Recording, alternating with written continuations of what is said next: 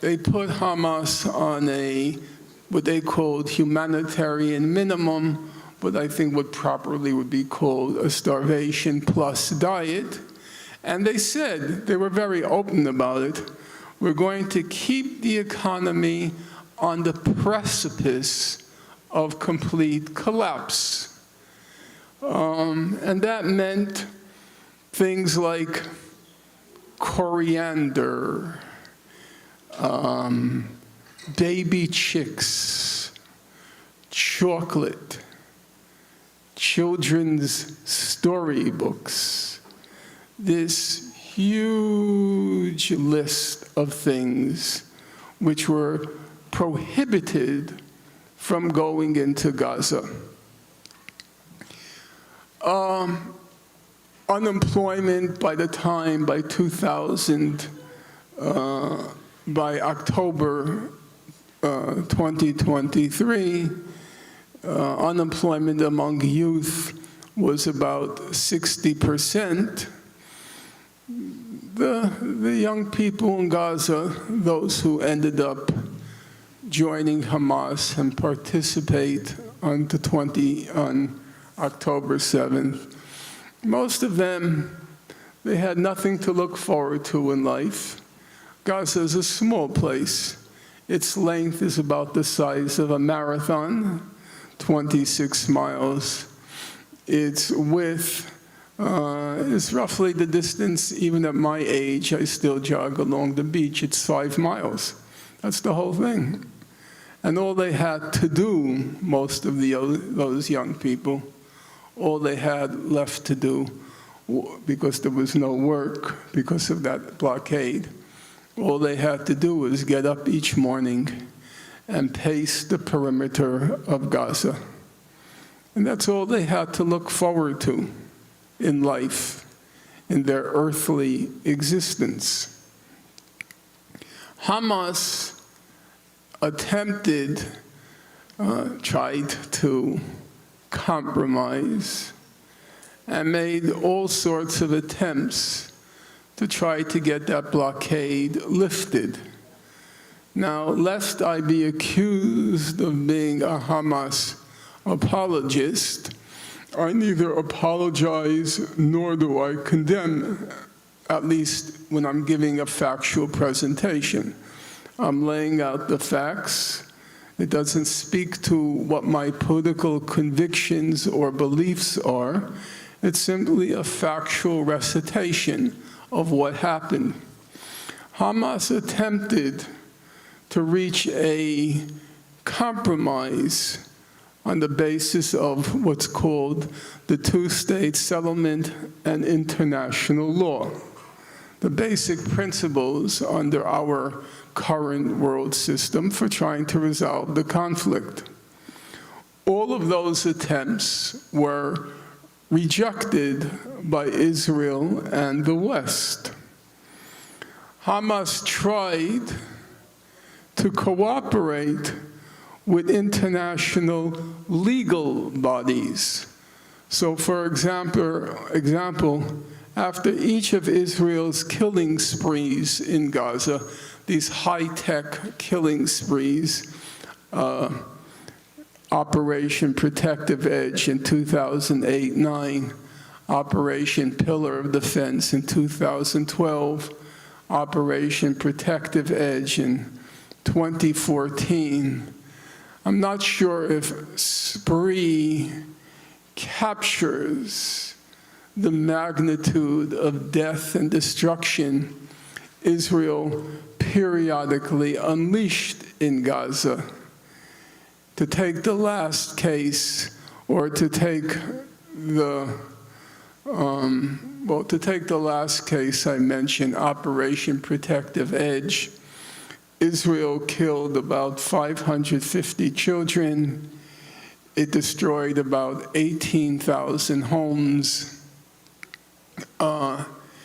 When the head of the International Committee of the Red Cross toured Gaza, remember we're talking about 2014, not what's happened since, he said he's never in his entire career seen so much destruction as what Israel inflicted on Gaza.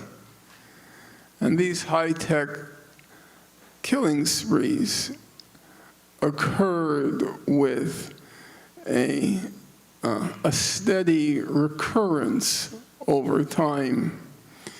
So Hamas thought, let's let in these international commissions of inquiry, because after every killing spree in Gaza, the UN Human Rights Council commissioned what was called a commission of inquiry to look into what was done and whether it violated certain principles of international law.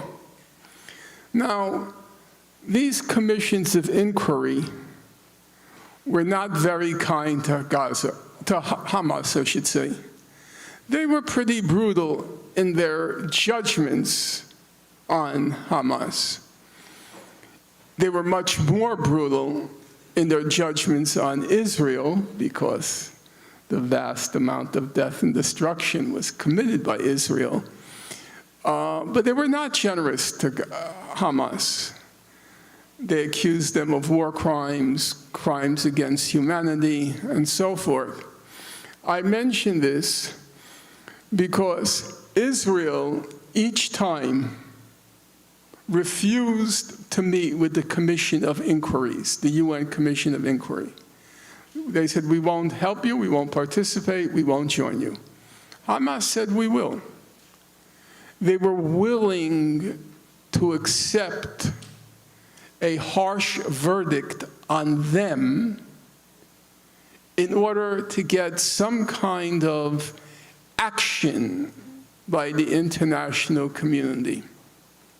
Well, each time these commissions of inquiry produced voluminous reports, and each time the reports were very harsh in their judgment on what Israel had unleashed, and each time the reports were buried. No action taken. So Hamas tried diplomacy. It failed. Hamas tried leaning on international law. It failed.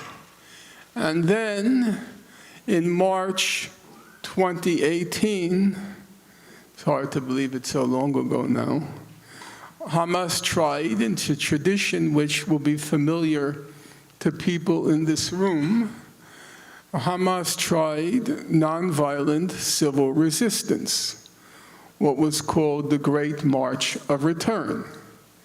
Hamas didn't actually initiate the Great March of Return, but it joined in, again, in the hope that maybe if diplomacy doesn't work, international law doesn't work, maybe nonviolent civil resistance will work.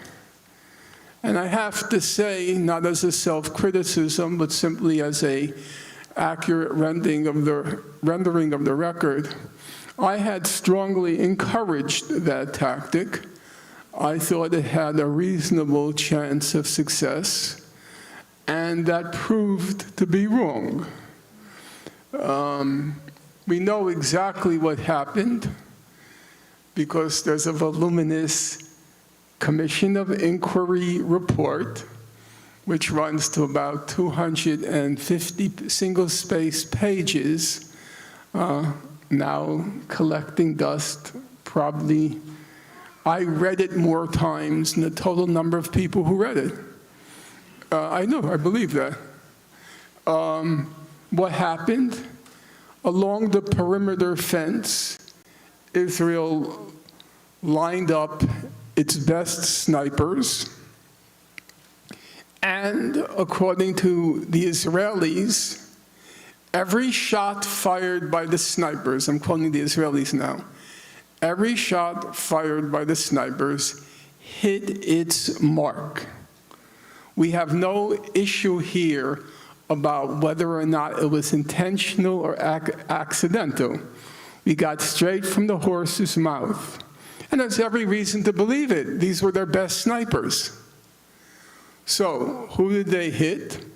Well, the report says, and you can read it for yourself, they targeted, the Israeli snipers, they targeted children, they targeted medics, they targeted journalists, and they targeted people with disabilities, for example, double amputees. So, as could be predicted, at a certain point, this tactic began to unwind and fall apart because all they got for it was large numbers of people killed. And when the Israelis didn't target for death the children, medics, journalists, and physically disabled, they targeted the kneecap. So a large number of people were left what are called, in the technical jargon, life-changing injuries, and what we call, they were paralyzed. So, on a separate note, when young men, doctors, come back from Gaza, and they report that Israel is targeting children, and then people are outraged at this insinuation. Anybody who's familiar with the record will tell you there's very little new under the sun. It is true the magnitude has significantly changed. In Operation Protective Edge, about 500, well, I should say in Operation Cast Lead, it was about 350 children killed. Operation Protective Edge, 550 children killed. Gaza now, the number is on the order of 20,000. So there's been a significant change in magnitude, and at some point, quantity does turn into quality. It becomes qualitatively something different. In the case of, well, I won't go through the numbers right now. In any event, by October 6th, 2023, so far as I could tell, all the options had been exhausted. Diplomacy, a dead end. International law, a dead end. Nonviolent civil resistance, a dead end. In fact, by October 6, 2023, for those who care to remember, Gaza was itself a dead issue. Gaza had been forgotten. I know that for sure because, and I don't say it with any kind of pride, and probably there should be a large element of shame, I had given up on Gaza. The last book I wrote on the topic was in 2020, I think. It was a very dense book. And as my publisher liked to remind me, it sold about 350 copies. And of those 350 copies, I purchased myself more than half. And it was dense, it was minute, and I reached the conclusion, there's no point in this anymore. Nobody cares. And you're digging into more and more detail, and you're digging yourself into an utterly pointless hole. The only topic on the agenda on the eve of October 7th, the only topic on the agenda was whether or not Saudi Arabia would join with the other Gulf states in signing the Abraham Accords, so-called Abraham Accords. That was the only topic on the agenda. Gaza was over. Those people were left there to languish and die in a concentration camp. It was like a burial ground, Gaza. So, October 7th happens. The first reports, when I heard them, it spoke of the first reports. I think it was a Saturday morning when my webmaster, who's Palestinian, Sana Qasim, she emailed me and said, Norman, check the internet. And I checked, and it said there had been a break from Gaza. And there were figures, vague figures, on the first days I'm talking about, of 50 people killed. Well, I support prison breaks. Not in all cases. Maybe high security, I'll have some reservation, but in general, and certainly, I support breaks in concentration camps. That to me, that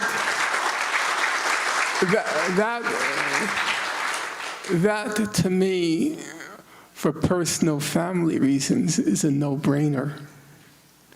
And that's what was said on the first 2 days. And then news trickled out that it was something rather different than what was being reported on the first few days. Something of significant magnitude, there's no question in my mind about that. About 1,200 Israelis were killed. Of those 1,200, you could say roughly 800 were civilian. 800 civilians is a significant number. And you have to contend with it. My credo in life, as many people know, is never quarrel with facts. And the facts seem to be, there's always a possibility that they will be revised, but for the current moment, I'm speaking about now, the figure of 800 civilians killed, there's marginal issues of how many were killed by Israelis, but I think that's a pretty marginal number. You had to contend with it. And I have to say, as I've said on many occasions since October 7th, it was kind of tormenting for me, because for most of my adult life, I've been an assiduous, conscientious researcher, assembling facts, being very fastidious about accuracy. However, probably in 99 out of 100 cases, not 9 out of 10, but 99 out of 100, I had the good fortune always to be able to defer to the memorial judgment of my mentor and then friend, and always comrade, Professor Noam Chomsky. But at this particular moment, he wasn't available, he wasn't accessible, and I had to think through the whole problem on my own. How do you articulate a correct, so to speak, a correct position on what happened on October 7th? And those were some pretty anguishing days trying to think it through. And then it happened that after I left behind me Gaza in 2020, I had written a book on what's called cancel culture. And in the course of that, for reasons which need not detain us, I had read some amount about the abolitionists and the Nat Turner Rebellion. And I remember the Nat Turner Rebellion to being pretty bloody. So then I hit upon an idea.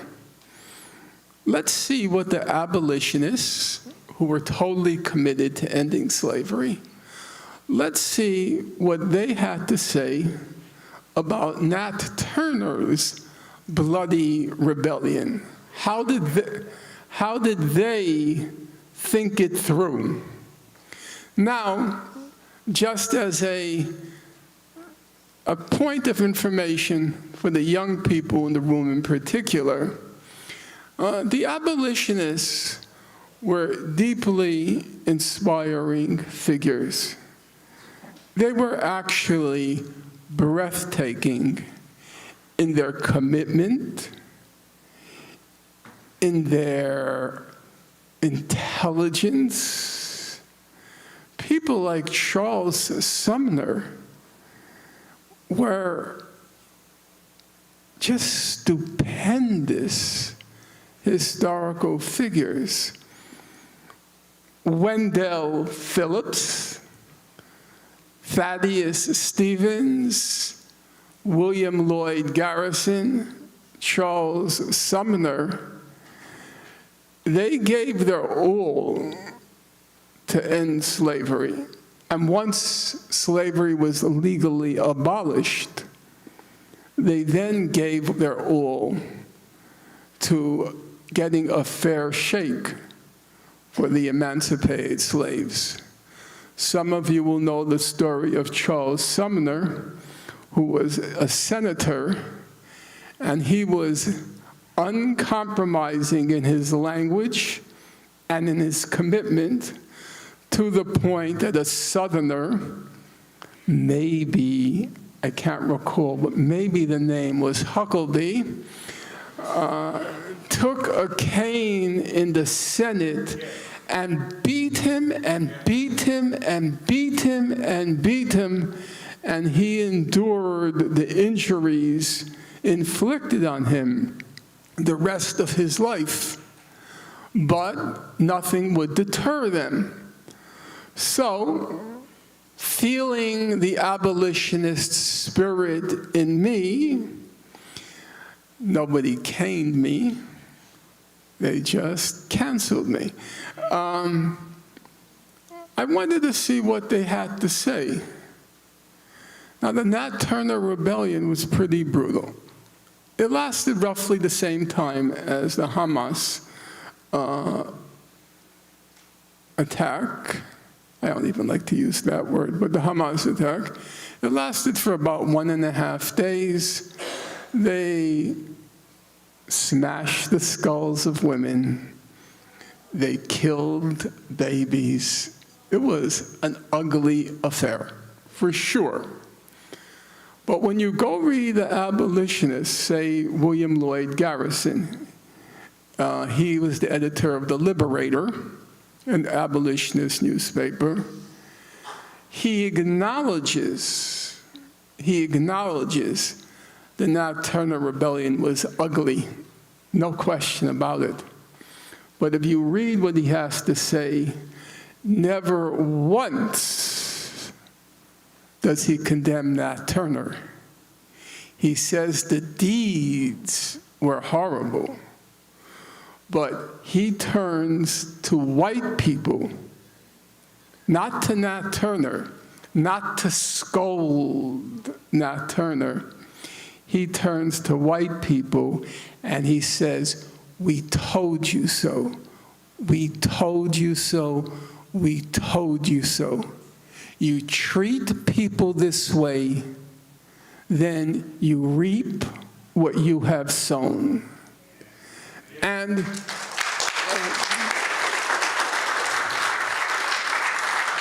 that, as you can imagine, immediately struck a resonant chord with me, that you can not condemn, you can acknowledge a horror occurred. 800 civilians is a significant number. You can acknowledge a horror occurred, but you can refuse to condemn those who were, and this was Nat Turner. The rebellion was in 1831. The Civil War is not even a prospect at that point. It's not even a concept at that point. In fact, if you read Frederick Douglass, as late as 1860, Douglass was saying, it's hopeless. We've tried everything, meaning the abolitionists, we've tried everything. It's hopeless, the situation. And Nat Turner, it's 30 years earlier, 1831. There are several good studies of Nat Turner, not much because there's very little known about his thoughts, his thinking processes, and so forth. But one thing struck me when I read Nat Turner's story, struck me when it came in terms of Gaza. Nat Turner, by everyone's reckoning, was a very smart guy. He was very, very smart. The person to whom he dictated what came to be called the Nat Turner Confession, the person to whom he dictated his confession, who thought that Nat Turner was a religious fanatic, which he was, but he said he never met a person, black or white, who was smarter than Nat Turner. He was a very smart guy. And then one of the biographers of Turner says, for Nat Turner, there was this huge chasm, this huge abyss between what he aspired to be in life and what he was consigned to live in his earthly existence. What he aspired to be and what the system had consigned him to be, a slave to the last breath of his life. Gazans, I don't like to elevate people, but one thing you could say about the people of Gaza, they're very clever. They're very innovative because they have nothing to work with. You give a Gazan a Coca-Cola can for 1 hour, and he'll turn it into a Jaguar. Don't ask me how he does it, but they're clever. I'll give you one example. I realize I'm watching that clock like a hawk. How much time do I have? 10 minutes. 10 minutes, okay. Because anecdotes are often more illuminating than generalities. So I wrote this new book, Gaza's Gravediggers, and there was an issue with the current vice president of the International Court of Justice, Judge Sabutindi from Uganda. And to put it simply, she is a colossal crook. So it turns out that she had, in her decisions supporting Israel, in her decisions, it turns out that in one decision in particular, large parts of it were plagiarized.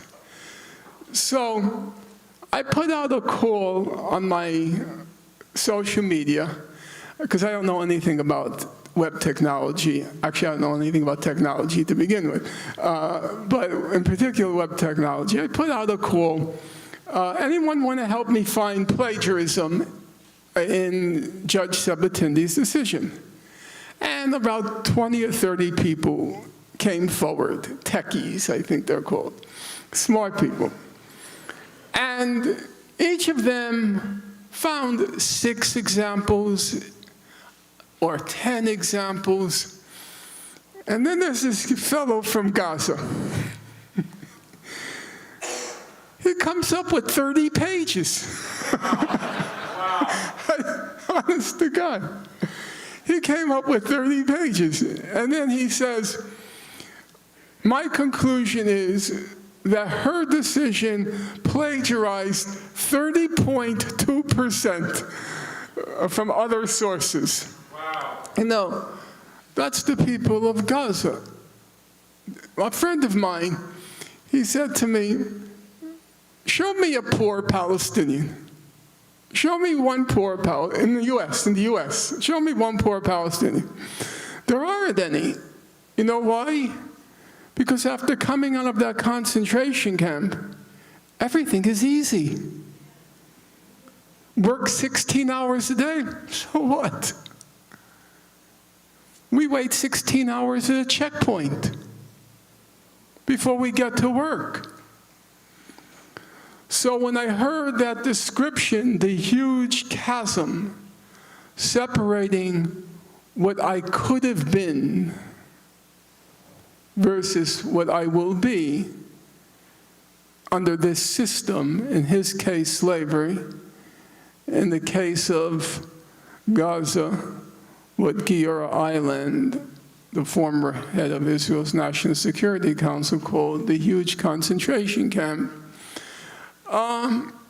the analogy seemed to work.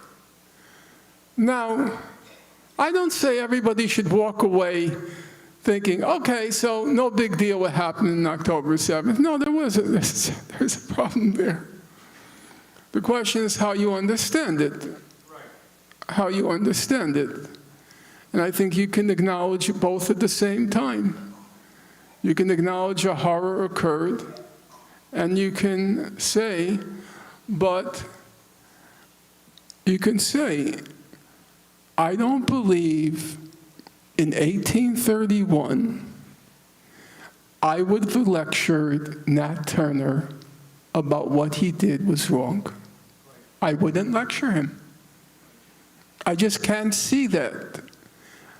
I can't see lecturing a person who was reduced to a piece of property, auctioned off in public slave markets, and all the rest. I can't see scolding my finger at him that what he did was wrong. And I'm not going to do it to the people who broke through the gates of that concentration camp on October 7th. Now, I have 10 minutes left before I turn to you. I want 5? 5 minutes. Okay. I am reminded when I see how you conduct affairs of the old saying, you can take Wendell out of the courthouse, but you can't take the courthouse out of Wendell.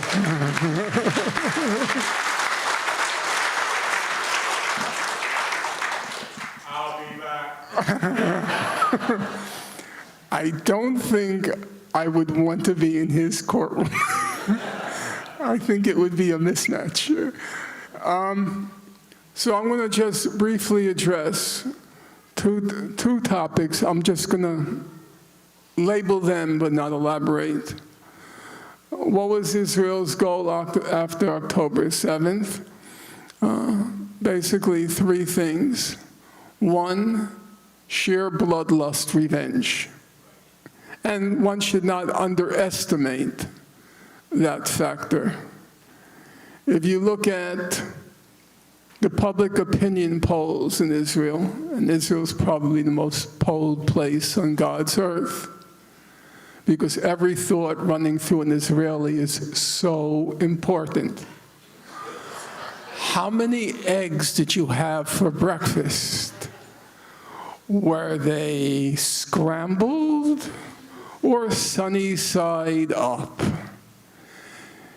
Did you have toast with the eggs? That's Israeli society. In any event, if you look at the polls, what do they show? About 50% of Israelis said supported the genocide in Gaza. They did. They were very forthright about it. They were asked the question, do you believe that when the IDF enters a city, it should kill everybody in the city? That was the question. It was very blunt. Do you believe that when the Israeli Defense Forces enters a city, they should kill everyone in the city? 47% of Israeli Jews said yes. That's not an ambiguous question. A second question that was put to the Israelis a little later was, do you believe that there are no innocents in Gaza? Now, this was an across-the-board poll, included Arab Israelis. The results said 62% said there are no innocents in Gaza. That means every child on up, every baby on up. If you subtract or factor off Arab Israelis, it's about 70% believe there are no innocents in Gaza. About 80% of Israelis do not oppose the current starvation in Gaza. They were asked if they were troubled by it. About 50% said not at all, and about another 30% said a little. You look at the foreign minister, the head of the opposition, or one of the heads of the so-called opposition, Israel. He frankly said, these soldiers killed children as a hobby. And he doubled down on it until the pressure became relentless, and then he backed off. That's Israeli society. The blood revenge runs very deep. Secondly, the Israelis wanted to transmit a message to the Arab Muslim world. The message being, if the idea comes into your head, if the idea pops into your head that you have a military option against us, that you can pull off your own October 7th, well, look at Gaza, or what's left of it. So it had the events since October 7th were meant to have a pedagogical effect, to teach the rest of the Arab Muslim world, don't try this. And the third goal was to once and for all solve the Gaza question. We're not going to have any more, what Israelis called, we're not going to have any more mowings of the lawn, those high-tech killing sprees. We're going to, once and for all, solve the Gaza question. And that solution to the Gaza question, it's taken three forms which kind of overlap, they spill into each other. First, the ethnic cleansing of Gaza. There were high hopes for that in the first couple of weeks, that they can expel the people of Gaza into the Sinai. The Arab states vetoed that. Secondly, first was the ethnic cleansing. Secondly was the outright extermination, which compared to other conflicts in the 20th century in terms of number of children killed, percentage of children, women and children versus combatants killed, if you take all the standard metrics, and then the metrics of journalists killed, medics killed, UN workers killed, if you take all the standard metrics, what Israel has done to Gaza is in a class all its own. There's nothing remotely compared to it. I mean, if you look at the numbers on children killed, it's really quite staggering. The difference between Gaza, Syria, between Gaza on the one hand, Syria, Ukraine, and a large number of other places on the other. So the outright genocidal element has been quite successful. And then the third tactic. There was the ethnic cleansing, the outright genocide. And the third tactic was to make Gaza unlivable. So people would, because the people of Gaza, they have a lot of ingenuity. By hook or by crook, they'll figure out a way out. And that basically is where we are right now. So I'll take one example, and that's where we'll end it. I'll take one example from the current moment. As I said, already you could see in the first weeks in Gaza, they were talking about sending the message to the people of Gaza. You have two choices.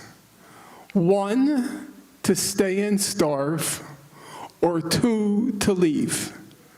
Those were the two choices, and you'll see it repeated over and over again by senior Israeli officials, analysts, consultants, and so forth. So let's now just take this thing called the Gaza Humanitarian Fund. What is the Gaza Humanitarian Fund? The Gaza Humanitarian Fund, there was a very good report put out by Human Rights Watch, which I highly recommend if you have the chance to look at it, if you have a chance to read it. There are 2.3 million people in Gaza.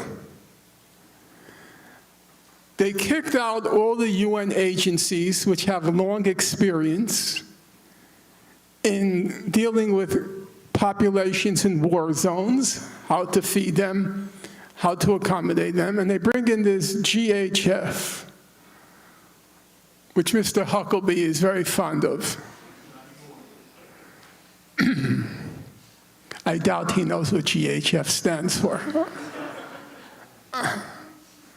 For those of you who are old enough, whenever I see Mr. Huckabee, I think of Grandpappy Amos on the Real McCoys. In any event, there are 2.3 million people in Gaza. They set up 4 distribution points. 4. Of those 4, on the typical day, 2 are open. 2 for 2.3 million people, half of whom are children. Of those 2 that are open, brace yourself. On a typical day, they're open for 15 minutes. 2 distribution points for 2.3 million people, half of whom are children, and on a typical day, they're open for 2 minutes. Excuse me, for 15 minutes, those 2 checkpoints. How do they distribute the food? You know how they distribute it? They throw it on the floor. And then people are supposed to run for it, to reduce them to rats.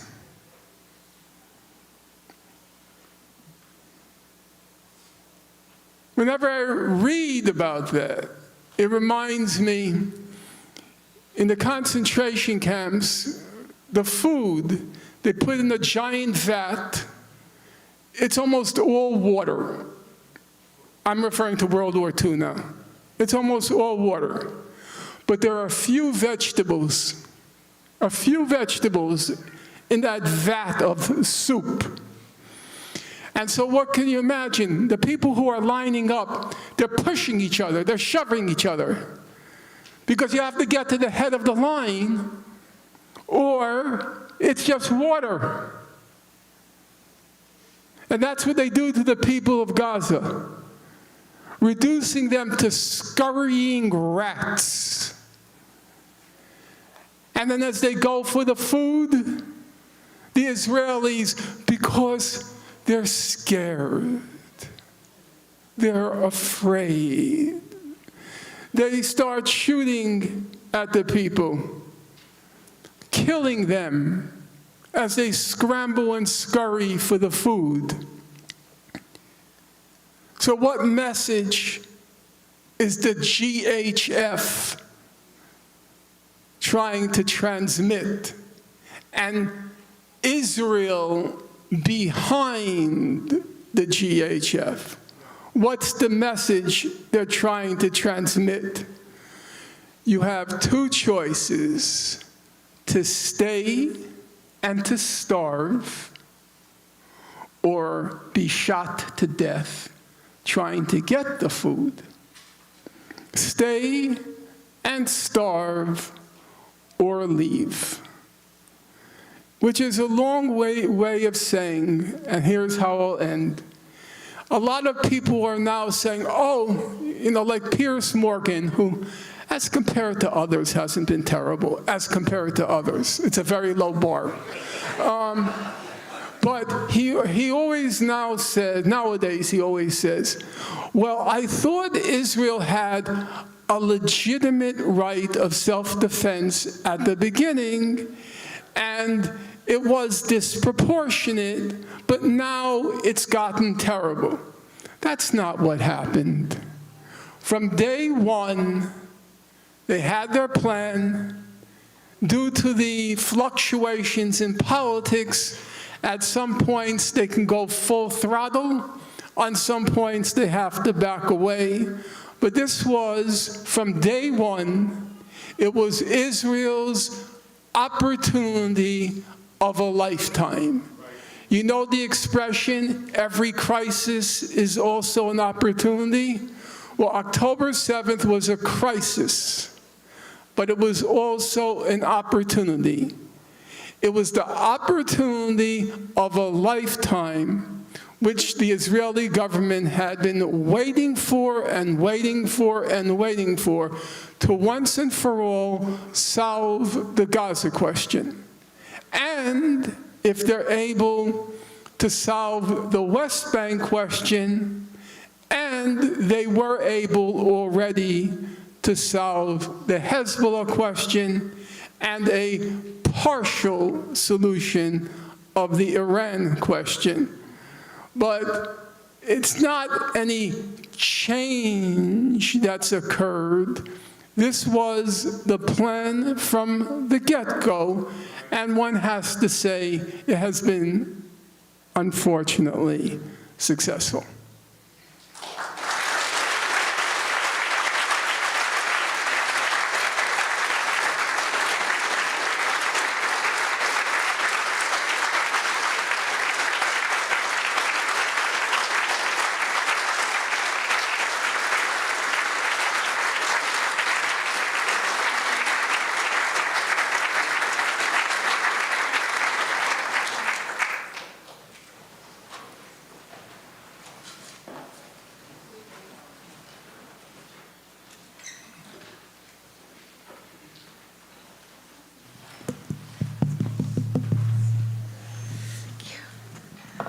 All right, we have now about 20 minutes for 40? Okay. So we will be able to, Hadil will be able to take the microphone to you. I would like if we could get a couple of questions in, and then maybe Norma may be able to answer several questions at one time. So if you, yes, sir. If you parked in the church parking lot, Okay. down the street, please move, because they're getting ready to have an event. They don't need to figure out how to code it. But otherwise, stay in place. All right, let me take two questions. Yes, thank you.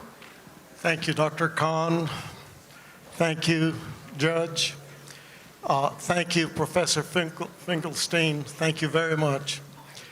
I was born in Jerusalem and lived in West Jerusalem the first 14 years of my life. Is this on? Yes. Okay. And give me a break, Judge. So I grew up hearing the epithet Aravi Meluhlah, or Mamzer, which translate into parasitic Arab or bastard. And I fear that this kind of ideology that existed in the 1950s has calcified over the years. And my question to you is, what do you tell people who call you a self-hating Jew? Thank you. All right, can we take one more question? I see one here, Hadil, on the second row.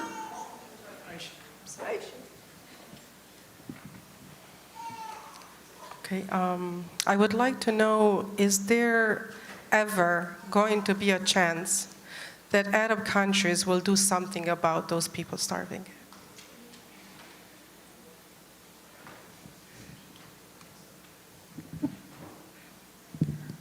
With regard to the first question, how do you respond to the epithet that you're a self-hating Jew?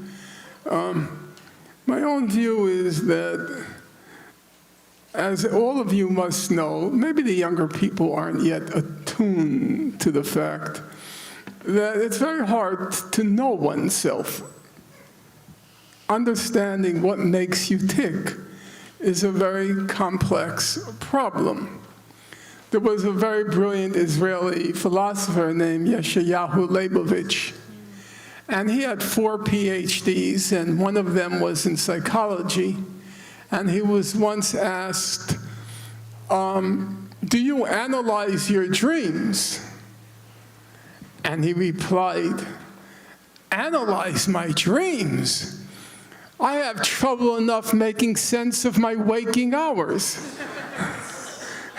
And so I don't deny, I don't affirm, because I don't know really what makes me tick. You think you do, and usually you ascribe to yourself very noble motives, but who knows? I think the proper answer is, let's agree for the sake of argument that I am a self-hating Jew. Let's agree. Does that change the facts? If Albert Einstein was a self-hating Jew, does that mean E does not equal MC squared? Now, if he were a self-loving Jew, and he thought E equals MC cubed, would that make it true? Whether or not, whatever you are, I don't think it affects the facts. So you can challenge me on those grounds, but I think any other grounds, I'm not going to argue with you. You know the famous line, methinks she doth protest too much.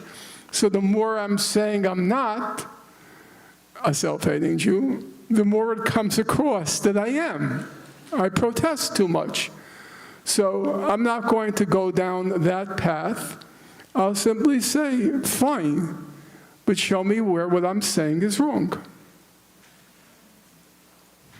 Now,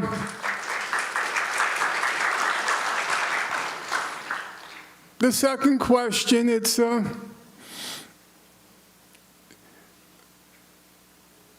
fair to say with some qualification that the European countries, with some qualifications, the European countries in North America abandoned the Jews to their fate during World War II. And now the Arab states have abandoned the people of Palestine to their fate. That's not a happy piece of news to report, but also, it doesn't prove anything. You know, some people say even the Arabs don't want the Palestinians. Well, guess what? And neither do the Europeans or North America want the Jews. So it's no black mark on the Jews then, or the Palestinians now, that the Arab states have decided they have bigger fish to fry.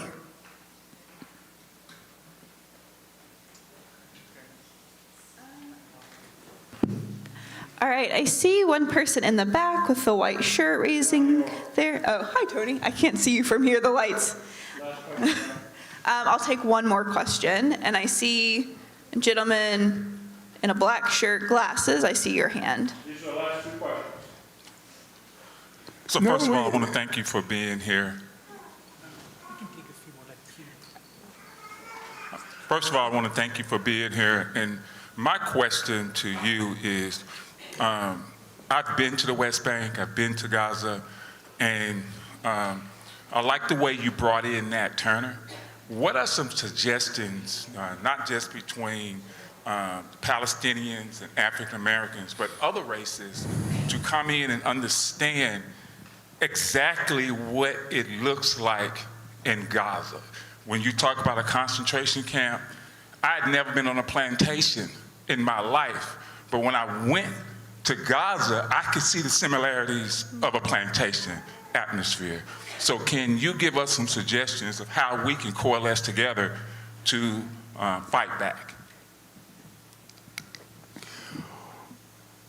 First of all, the challenge right now is not so much to enlighten, because the public opinion polls indicate there has been, in the last 2 years, a vast sea change in public perception of what's going on there. You can see it in many different manifestations, not just the public opinion polls. You could see it in, if I dare mention his name a second time, you could see it in Piers Morgan. He started out a pure Israeli apologist. In the course of 2 years, there's been a dramatic shift. If you saw his program in the first few months, he would have on 3 pro-Israeli people and 1 dissenter. Then it became 2 and 2, and now it's 1 pro-Israeli and 3 people attacking him. And it's somebody who is attuned to public opinion, attuned to ratings, and he realizes there's been a dramatic shift. So the challenge right now is not so much to change public opinion, but how do you galvanize public opinion and get people to act, and not just act, but act effectively. And that's usually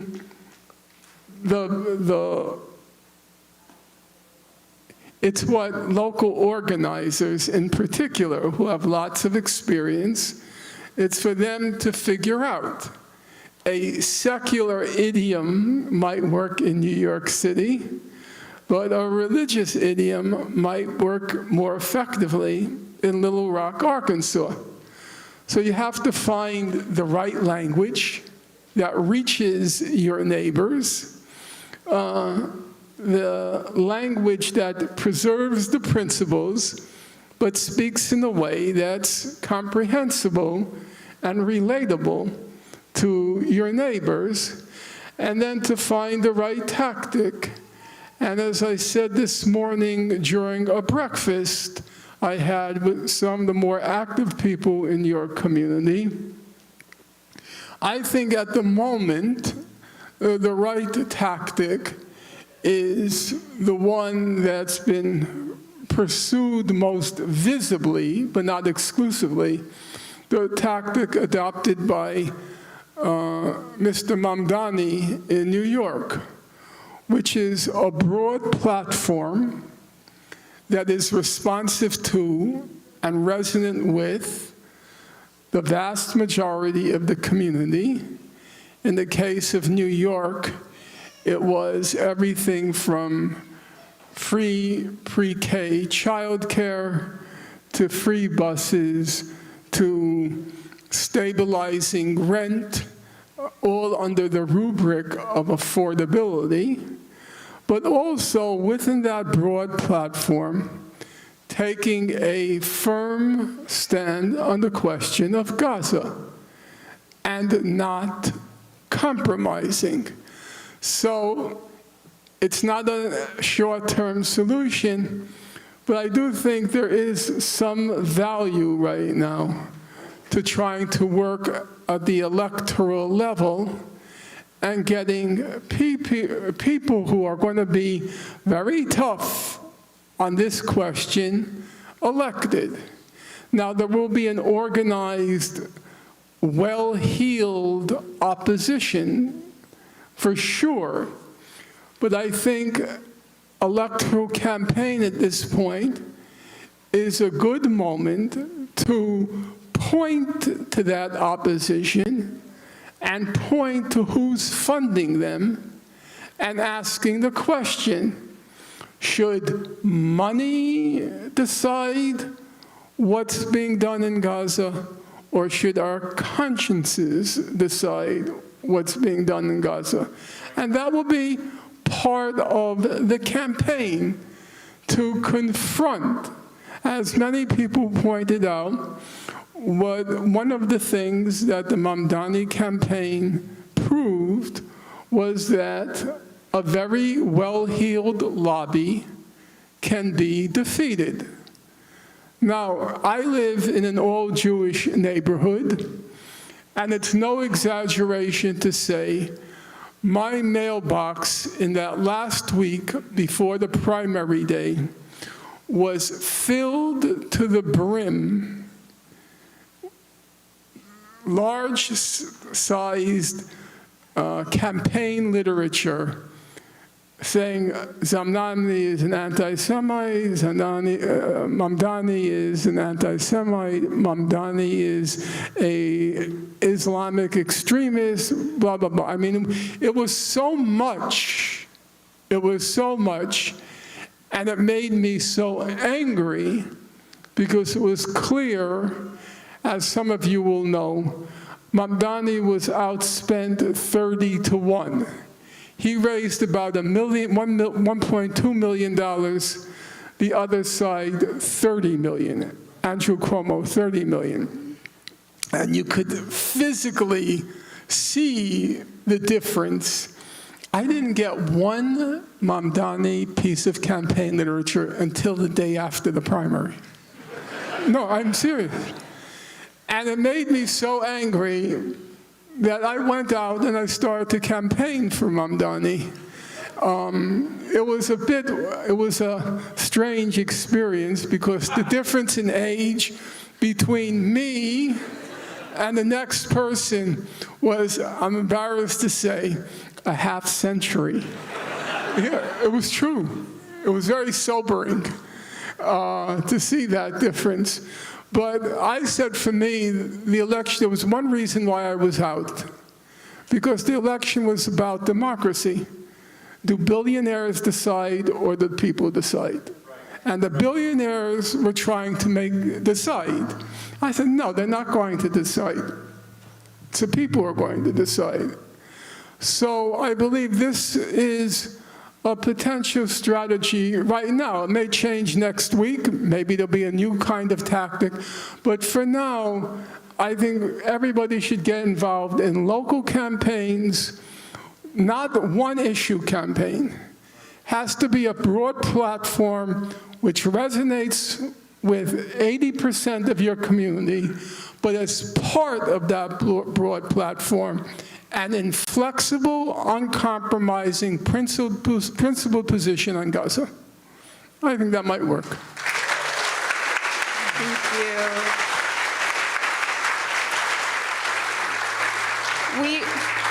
Thank you. We are going to take one more question from the audience. I will ask a concluding question, and then we will wrap everything up.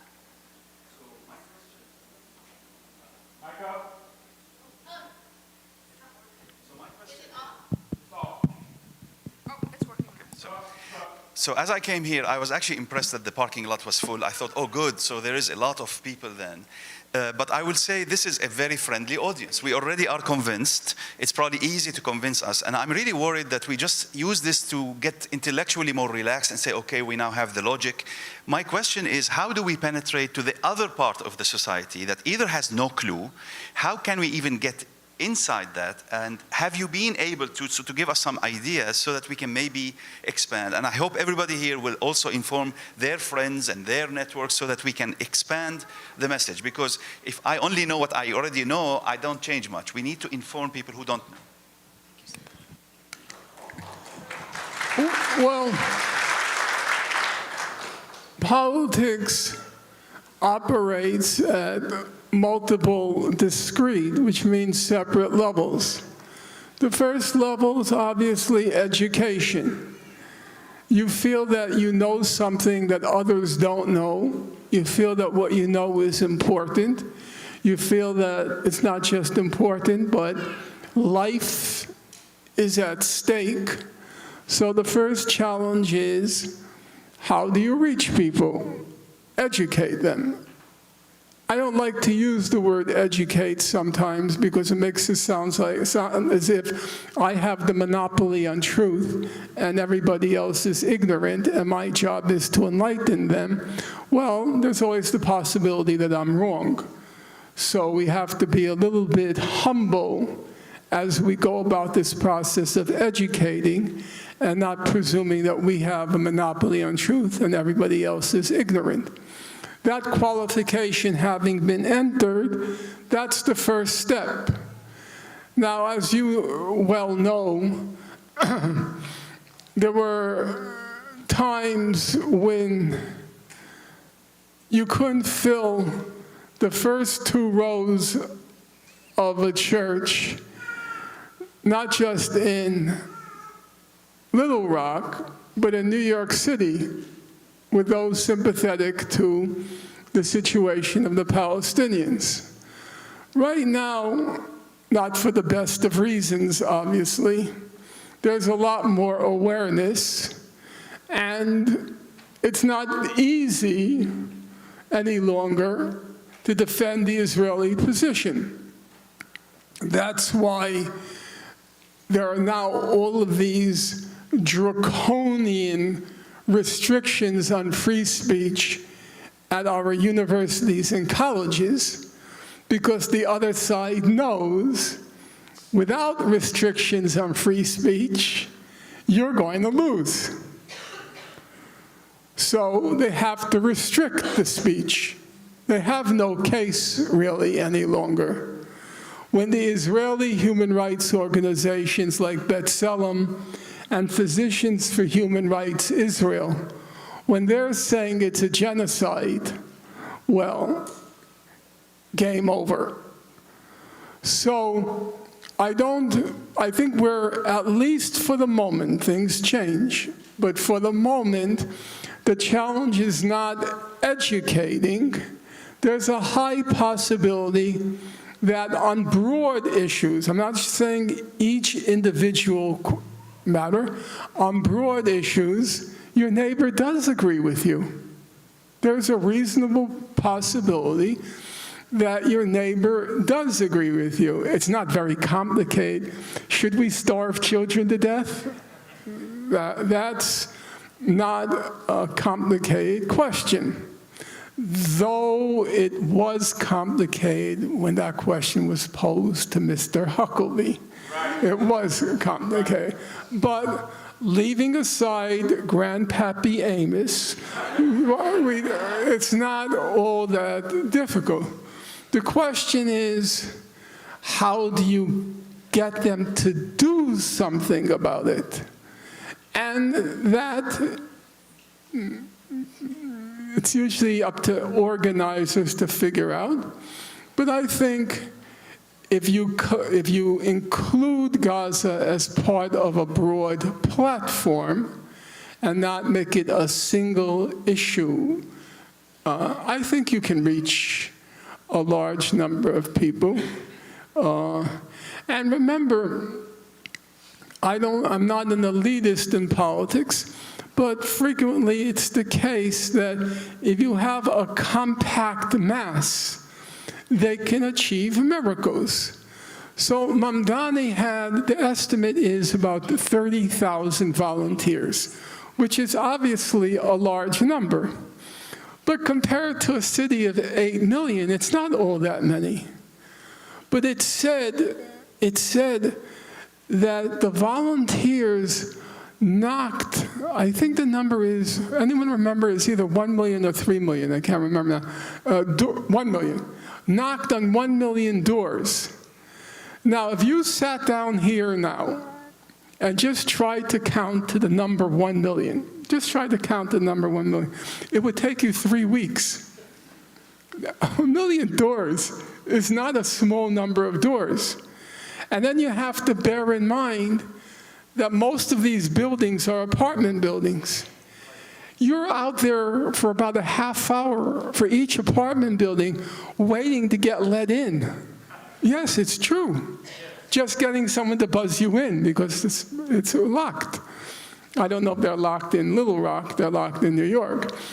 Double locked in New York. So 30,000 people, 1 million. I think in typical days when I did it, it was no more than 20 doors we got to in about 3 or 4 hours. A compact, dedicated mass can achieve quite a lot.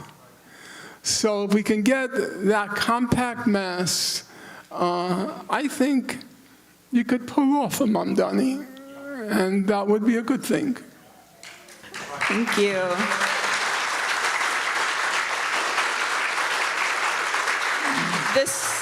Thank you. Not to say that he won yet. It's an upward struggle. And the fact of the matter is, even when he wins, that's when the real troubles begin, because the billionaire class will make the New York City economy scream. And they have enough resources to do that. So, As the civil rights movement song said, freedom is a constant struggle, and it really is. thank you. We have one last question, and this will also set us up. So we have about just 5 more minutes with you, Norm. 3 more minutes with you, Norm. And so we will also bring up another colleague of ours as well. But my last question is, I know that myself and you as well, Norm, have spent time in Palestine with Palestinians, living with Palestinians in their homes, experiencing what is the reality in the West Bank and Gaza. The question that I have for you is, how has that informed both your scholarship? I'm interested in that also as a professor, but also as an activist, as a person, to be able to have that experience. Well, I may give an answer that's going to disappoint you, and maybe it's a difference of age, or it's a difference of experience. When I first got involved, and I can date it perfectly, it was June 6, 1982, when Israel invaded Lebanon. Prior to that, I wasn't involved at all in the Palestine question, except in, peripheral radical ways, radical politics ways, but really nothing significant. At that point, my, so to speak, Jewish identity was a significant component. I was outside the Israeli consulate every day for about 3 months. I used to jog over to the consulate from a settlement house where I worked, and I had a sign, which I still remember: this son of survivors of Auschwitz and this son of survivors of the Warsaw Ghetto, Auschwitz and Majdanek, will not be silent. Israeli Nazis stopped the Holocaust in Lebanon.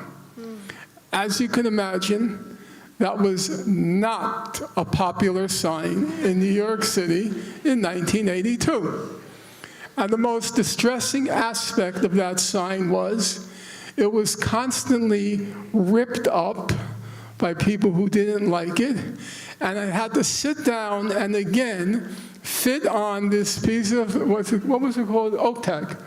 Fit on the oak tag, this son of survivors of the wars again, and it was painful to keep having to replicate that sign. So my, as it were, Jewish identity was significant. And then when I went over in 1988 during the first Intifada, I was something of a novelty. They really hadn't met many Jews. Actually, very few had met any Jews, except in the person of Israeli soldiers, what's called the Jesh, the army. Is that the pronunciation? Yeah. Jesh, yeah. They hadn't really met any Jews at that point, which was 1988. So I was a kind of novelty, though I would say the novelty quickly wore off. Namely, when I come back the next summer, okay, I was still Jewish, but by the third summer, it's, oh, Norman's back. They didn't much care if I was Jewish or not Jewish. It was just Norman's back. But over time, it's what I would call, for lack of a better term, and it might sound too elevating, a moral purifying process occurs. I don't want to offend anyone, but my Jewish aspect is totally irrelevant now to me, totally. Maybe for better, maybe for worse. The Palestinian aspect is totally irrelevant to me. I haven't been there since 2024, and it's, no, 2004. Wait, 20. When was I banned? I can't remember. Yeah, you were banned in the early 2000s. Yeah, okay, so, okay, whatever. I've not been there. I have very little contact with anybody there anymore. And I'll probably never see the place again. And from what I'm told, it's unrecognizable from when I was there in 2004, the last time I was there. Yeah, it's 20 years.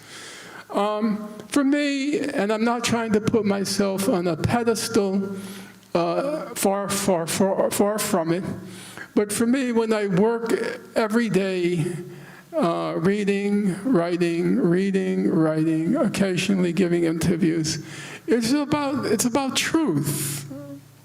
It's about justice. It's about what's right and wrong and what's true and false.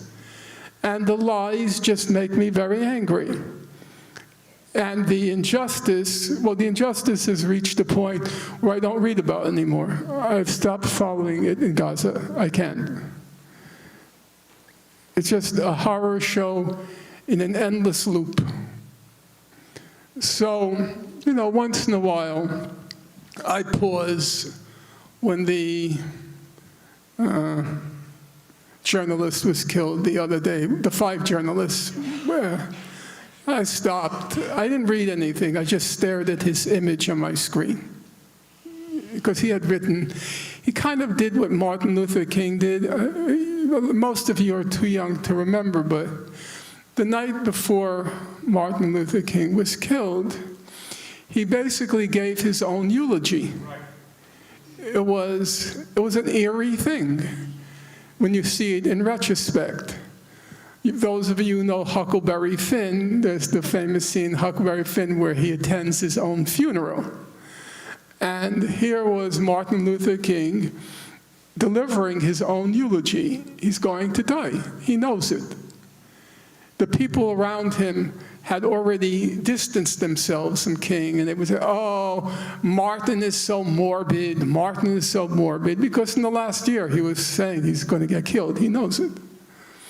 And so you see somebody deliver their own funeral oration, and it's a speech that you can watch 10,000 times, and it will never stop to move you. How many people have heard the Memphis speech? I've been to the mountaintop speech. It's just a breathtaking moment of human oratory. And the same thing with the press person, the reporter, the journalist. who wrote a letter. Asher. He wrote a letter because he knows he's going to get killed. And so I'll pause for something like that. But otherwise, I've just blocked the whole thing out. And, you know, I've done it for so many years, and the lies still just get me so angry. The most trivial lies. I'm going through something I wrote when Israel attacked the Mavi Marmara humanitarian vessel, which had supplies for Gaza. And then the chief prosecutor at the ICC, her name was Fatou Bensouda from the Gambia, she completely whitewashed the whole thing. And I'm reading it, and it's like the most minute details, and I'm still cursing her. I still get so angry. And then the other day, actually it was yesterday, I think, the Secretary General put out a new report on sexual violence, and he included what happened October 7th. And he quoted these reports, like the one by Pramila Patten, which were just factually not true. And it's no longer, I'm Jewish, he's Palestinian, or she's Palestinian. No. It's simply these lies, they just make my innards gnarl at the lies and the injustice. And that's where I am at this point in my life. Now, some people may say, well, you know, you're operating at such an abstract level. You're no longer talking about people, you're just talking about principles. Maybe, and I don't really much care. I believe in the principles. I believe that they apply to everybody. And that's where I am at this point. Please join me in thanking Dr.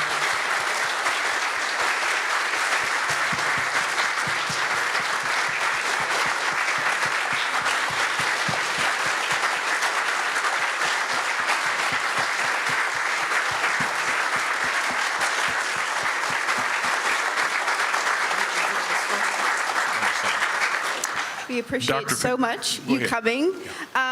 We have to get Norm to the airport, which is a little abrupt here. But again, we want to, thanks so much for spending this time with us, for this Q&A and lecture. I'm deeply appreciative. We have from Pyramid Books, if you would like to buy a copy of one of Norm's books, those are for sale in the Fellowship Hall as well. I am going to have another speaker that will briefly speak to us, and then I will give us some next steps of what's happening after this lecture. Go ahead, Wendell. Let me quickly say this, exit please this way to the Fellowship Hall. Secondly, Dr. Finkelstein, I'm telling you now, your speech is powerful, and we're going to keep it going. It's on YouTube, and we're going to keep it going. I'm running for county judge for a reason, and I'm the only candidate that you've ever heard of who's actually spoken about Gaza.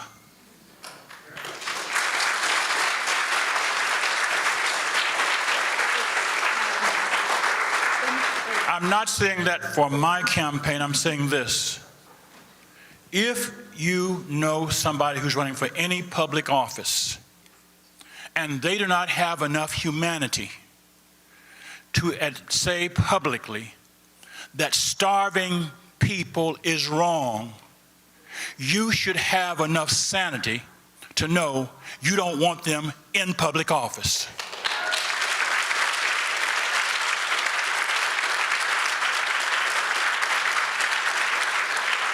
And so that's why we're having Dr. Finkelstein here.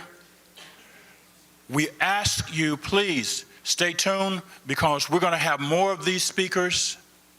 I want to thank you for being here, and I want to thank Little Rock Peace for Palestine for their wonderful planning, and Dr. Ali Khan for sponsoring this event.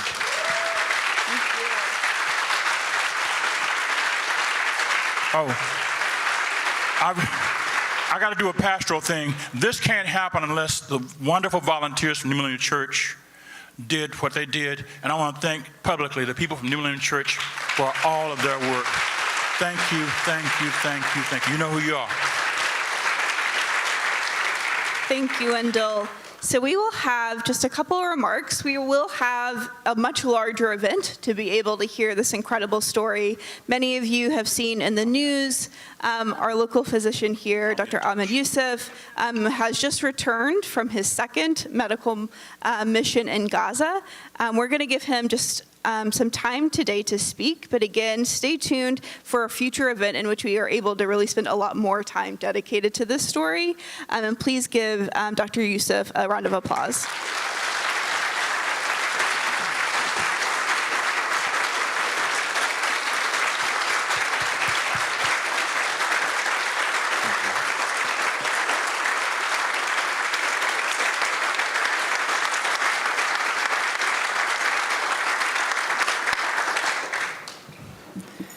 In the name of God, most gracious, most merciful, all praise and glory and thanks are due to God alone. I'm not nearly as composed as Dr. Finkelstein is, and we sit atop the shoulders of giants like him and Dr. Chomsky and so many of those who have spoke about this cause for decades, right? 50 years. It's an honor to meet him, honestly. I'm going to start off with a joke so I don't start crying in front of you from the very beginning of my speech, but he spoke about the ingenuity of the Gazan people. And I worked a lot with Gazan doctors, and one of them said, man, you know, when they start letting food in, could you make sure they let us get some cigarettes and coffee, you know? They said, like, if we just had a couple of cigarettes and a cup of coffee, we could end this tomorrow if you just gave us a chance. And that is the humor and the ingenuity of the Gazan people. You know, that point highlights something very important, which is the people of Gaza aren't just being starved of food, they're being starved of life. And it didn't just start a couple months ago, it started decades ago, like Dr. Chomsky said. All right, there are people that love life. They told me over and over again, we're people that, we love life. We love spending time together. We like enjoying a cup of coffee and, you know, smoking a cigarette with our friends. We like watching our children grow up. We have dreams like everyone else does. We love life. And over the last, you know, for their entire existence, last 75 years, and definitely in Gaza since 2006, exaggerated. So every part of enjoyment of life has been gradually stripped away from them, strategically, on purpose, on a list. That same list was given to me of what I was allowed and not allowed to take into Gaza when I went in myself. And I was explicitly told by COGAT, which is the military arm of the IDF that allows for movement of international folks, that I wasn't allowed to bring baby formula in my bag. I was allowed one suitcase. I was not allowed to bring vitamins. I was not allowed to bring prenatal vitamins for pregnant women. I was not allowed to bring any medication that wasn't specifically assigned to me for the supply that I would need for my trip there. They looked through my protein bars like I was bringing in weapons at the border as I entered Gaza. Everything in my experience this time and last time should highlight that it's all by design. This isn't by accident. This isn't by some bad figure at the border that's causing some problems. It is by institutional sanction and decree.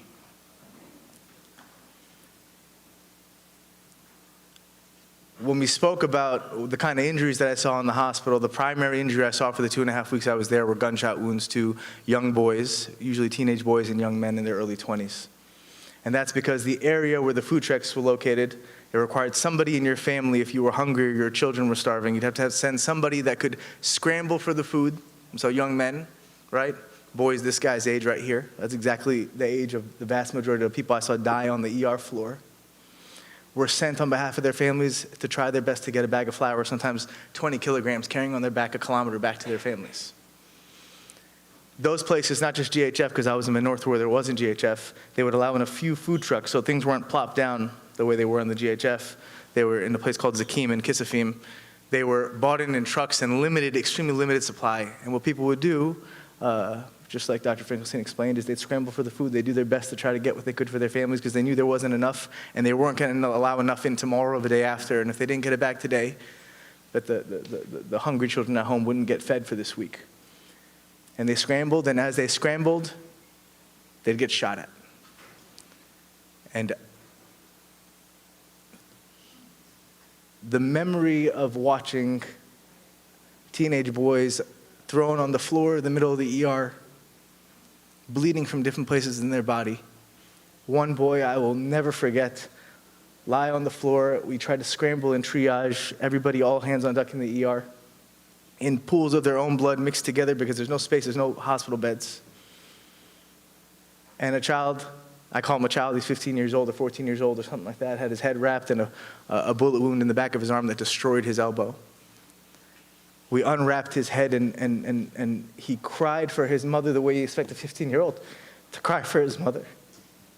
And in my hands, as I unwrapped his head, was his brain matter. He had brain out, they called it in Gaza, a very common term. Brain out is what they would say. They'd scream it out because they knew this person was going to die. There was nothing we were going to do that was going to save them. And he was still awake, and he was still in pain, and we didn't have pain medicine to give him, and there was no palliative medication I could provide this kid because we weren't allowed to bring in freaking Tylenol. We weren't, nothing. This was the reality of Gaza for 2.5 weeks. And then finally, about 3 days before I left, they started letting more aid trucks in through international pressure. And so families said, hey kid, don't go on our behalf. We're gonna get some food in the middle area so we don't need to risk your life anymore to go. And that's when the bombing started again. And we get bombing campaigns all throughout the entire time I was there in the north. Because it was very clear to every medical professional that was there was a quota of people they had to kill every day. I'm not a military strategist. I could just tell you the common sense. Our patient population for 2 weeks was young boys and men, and the second they weren't going out to the fringes and the rat traps that Dr. Finkelstein described, they were bombing their homes again. If I give you anything to leave with, and I promise I'm leaving at this point because I know time is real. You're on the right side of history if you're on the side of the Gazan people. You're on the right side of history. I sat with a pharmacist named May. She was just like an angel of a human being. I was sitting with another doctor from Dallas who said, in religious texts, there's a figure in Islamic faith called Khidr, who's like this man who may be an angel, who taught Moses some lessons of wisdom. And he stopped me midway through her conversation and said, I think we're sitting with her. Like, I think we're sitting with this angel as we sat there. And she was telling us the story. She lived in the Nusayrat camp, which is just slightly north of the middle area.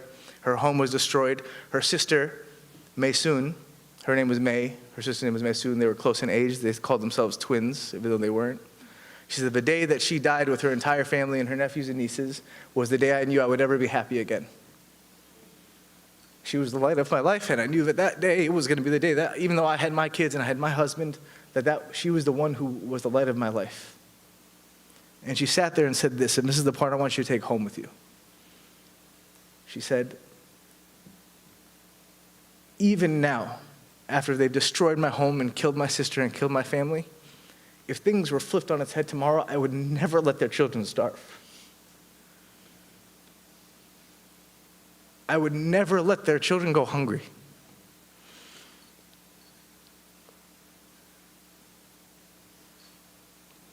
The guy with the nicotine in the coffee, if it flipped on its head and the Gazan people were given a third of the ability to fight back, the war would be over in a week. And I will tell you something I need you to take home with you so you know what side of history you are on. I swear to God, on my life, that the Gazan mothers would be feeding Israeli children next week.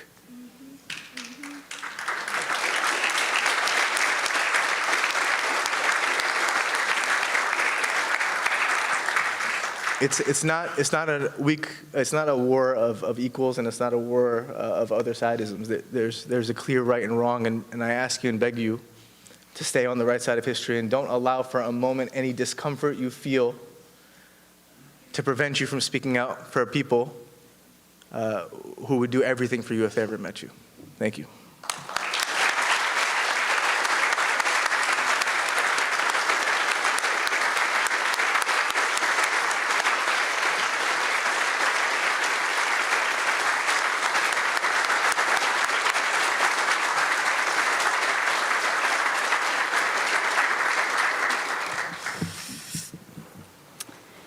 Thank you so much, Dr. Youssef.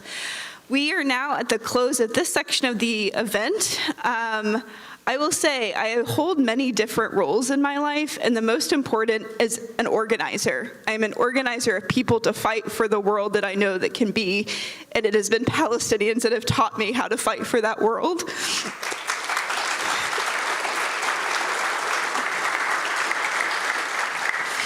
So if you feel what you have heard today, if you say, I have to do something, I think of one of my teachers, Rabbi Abraham Joshua Heschel. I pray with my feet, I take action, and that is my religion.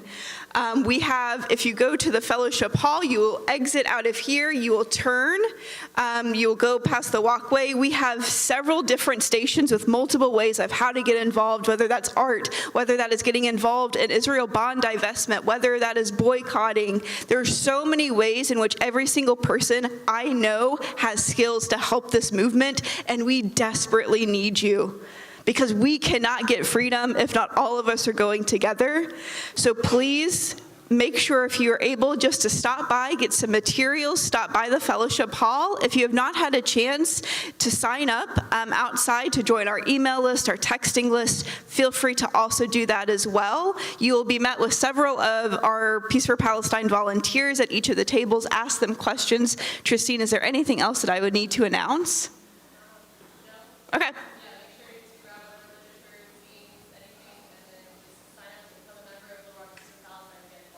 Yes, and there are QR codes throughout this building, the next building. If you want to learn more information, to become a member, to donate, to be able to financially support us, being able to do incredible events like this, to also be able to send money directly to folks in Gaza, in the West Bank. There are plenty of ways to do so. Thank you so much for being here. I deeply appreciate it, and this fight will continue.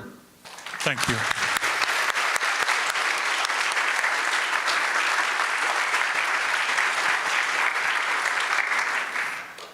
12 minutes into our YouTube, somebody tried to knock us off the internet.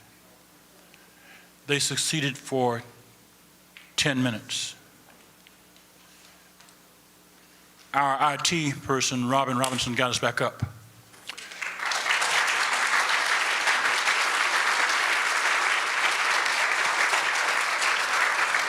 Now, I know you're wondering, but what about Richard Nixon's 12 minutes, or what about Norman Finkelstein's 12 minutes? I have an answer. Our IT person, Robin Robinson, recorded the whole thing anyway.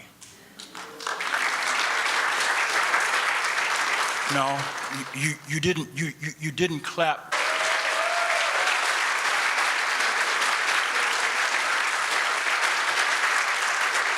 Now, I am an unapologetically radical black preacher. And so I told Robin Robinson, guess what? We're going to rebroadcast the entire YouTube at noon today on YouTube, okay?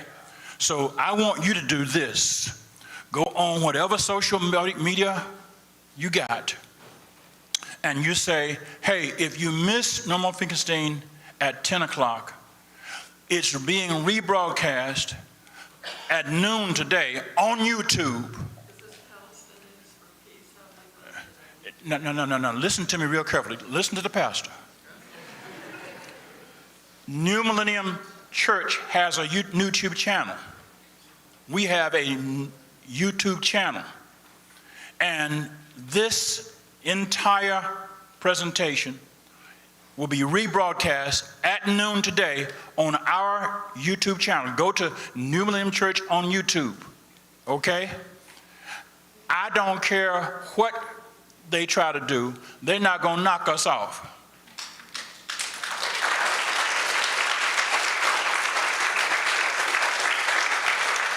But I want to echo what Stephanie said and what Norman Finkelstein said. It is not enough for us to gather and applaud or to do keystrokes or do likes. We have got to get something done. Frederick Douglass said, I prayed for freedom for 12 years. I got my freedom when I prayed with my feet.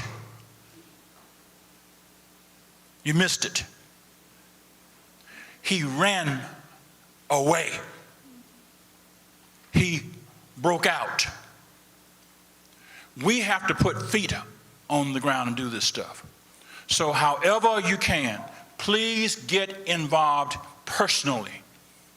This has got to be a personal issue, because in the time we've been here, babies have died.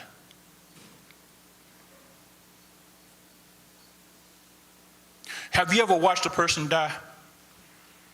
I have. You don't forget it. Parents who've watched their children die don't forget it. Doctors who are trained with death don't forget watching babies die. We have got to do whatever we can to let the world know that in Little Rock, Arkansas, this will not stand.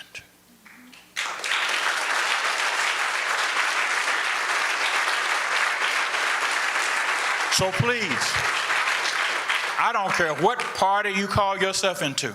Quite frankly, I frankly don't give. I want you to understand that this is about humanity. This is about decency. This is about right and wrong.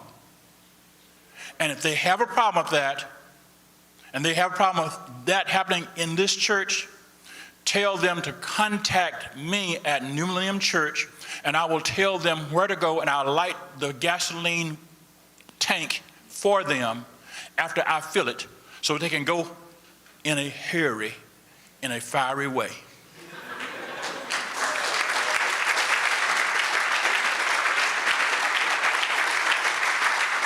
Please, I'm not going to give you a benediction, because that would make this, you think I'm being a pastor. I'm going to tell you to go in peace. But I will tell you that whenever you watch New Millennium worship services, at the end of every service, we have a prayer for Gaza, the West Bank, and East Jerusalem. So if you go to New Millennium Church on YouTube and watch our worship services, you can go past my sermon, get to the end, and there will be a prayer that we recite every Sunday, and we've done so since January 2024. You can watch it. You can do the photo screen of it, and you can reproduce it. Please, if you are part of a faith group, ask your faith leader. If you're not praying for Palestine, if you're not praying for Gaza, what the hell are you praying for?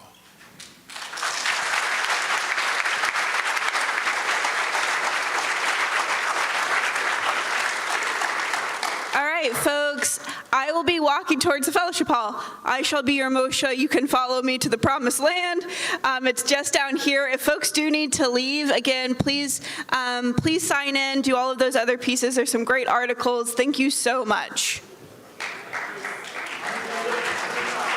Listen up. 30 seconds. 30 seconds. 30 seconds. Listen up. Come here. Quickly. And it's on my clock. Yeah. Hey, my name's Corey Spangler. I'm a member of the state committee for the Democratic Party of Arkansas. We're meeting today at 2 at the 4 Points up here on University by the interstate. I'm offering 3 rules changes to ban direct contributions from organizations unaligned with the platform and to go after dark money in the primaries. It's been an uphill battle. If you want to go out, show your support for getting money out of politics. You know, I have AIPAC in mind specifically. We could really use your support. Thank you very much. You may consider yourself dismissed. The fellowship hall is that way. And you can also exit through these doors to my left. Thank you for being here.